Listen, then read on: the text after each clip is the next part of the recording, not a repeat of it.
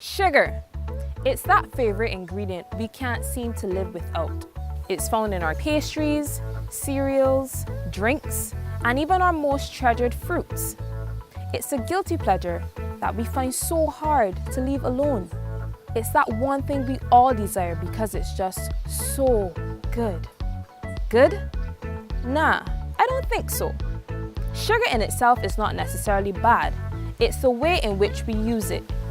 Using too much sugar in your diet can lead to a chronic condition known as diabetes. In this video, we will learn what diabetes is, what causes it, and some practical ways in which this condition can be treated or prevented.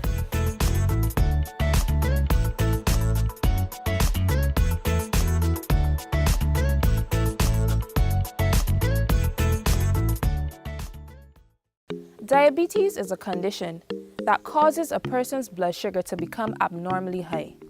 The sugar in our blood is controlled by a hormone called insulin produced in our pancreas. When we eat, sugar enters our bloodstream. The hormone insulin is then responsible for moving that sugar from our bloodstream to our cells, where it is then broken down to produce energy. However, if you have diabetes, your body is going to have a hard time breaking down the sugar or glucose into energy, which results in abnormally high blood sugar levels. This usually happens due to one of three possible reasons. 1. You may have type 1 diabetes. With this condition, your immune system attacks and destroys the cells that make insulin. Because of this, your pancreas cannot produce the insulin it needs to move sugar from your bloodstream and break it down for energy. Number 2, you may have type 2 diabetes. Lifestyle factors such as being overweight or having a poor diet can cause your body to do one of two things. Either it does not produce enough insulin, or it does not produce insulin that successfully moves glucose from the bloodstream to the cells. Lastly, you may have gestational diabetes. If you are pregnant and your blood sugar levels become abnormally high due to hormonal changes, you may develop this condition. If managed after pregnancy, a person who has this condition can get their blood sugar levels back down to normal. If not, they may develop type 2 diabetes. Now, after all this talk, let's get to the fun part. So, how exactly can we treat or prevent diabetes? Anybody? Anyone? Okay. Diabetes can be treated or prevented in 3 ways: through diet, exercise, and stress management. So how can we manage our diabetes or prevent it with the things that we eat? Firstly, we can consume non-starchy vegetables such as spinach, lettuce, tomatoes, and cucumbers. Also, we can reduce the amount of sweet fruits that we eat, such as mangoes, watermelon, and bananas. And remember, peoples, sometimes even the good things are very sweet. Eating foods that are not rich in carbohydrates helps to keep your blood sugar levels low. It also prevents you from flooding your body with too much sugar, and it provides the fiber you need to keep you full. When eating carbohydrates, choose complex ones such as breadfruit and yams, as opposed to simple ones such as white rice and pasta. Complex carbohydrates break down more slowly into the body, and they allow your blood sugar levels to be better regulated. Simple carbohydrates, however, are absorbed into your bloodstream more quickly and cause your blood sugar levels to spike.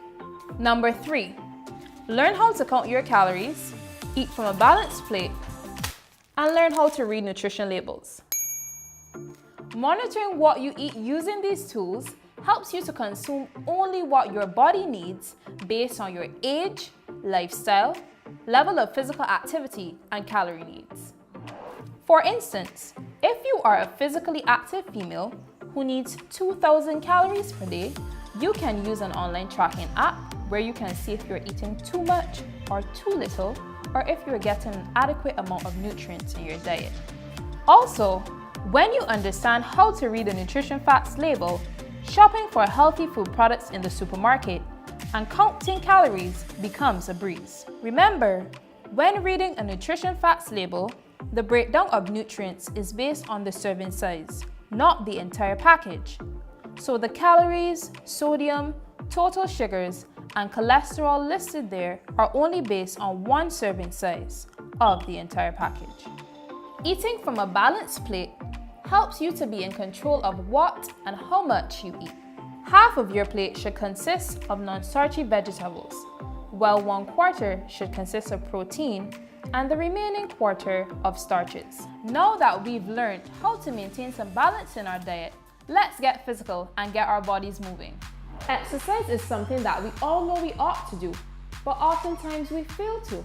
If you are at risk or you are living with a condition of diabetes, exercise can help you improve your health in a number of different ways. Physical activity can help you to improve your blood pressure levels. It can help you to regulate and manage your blood sugar levels.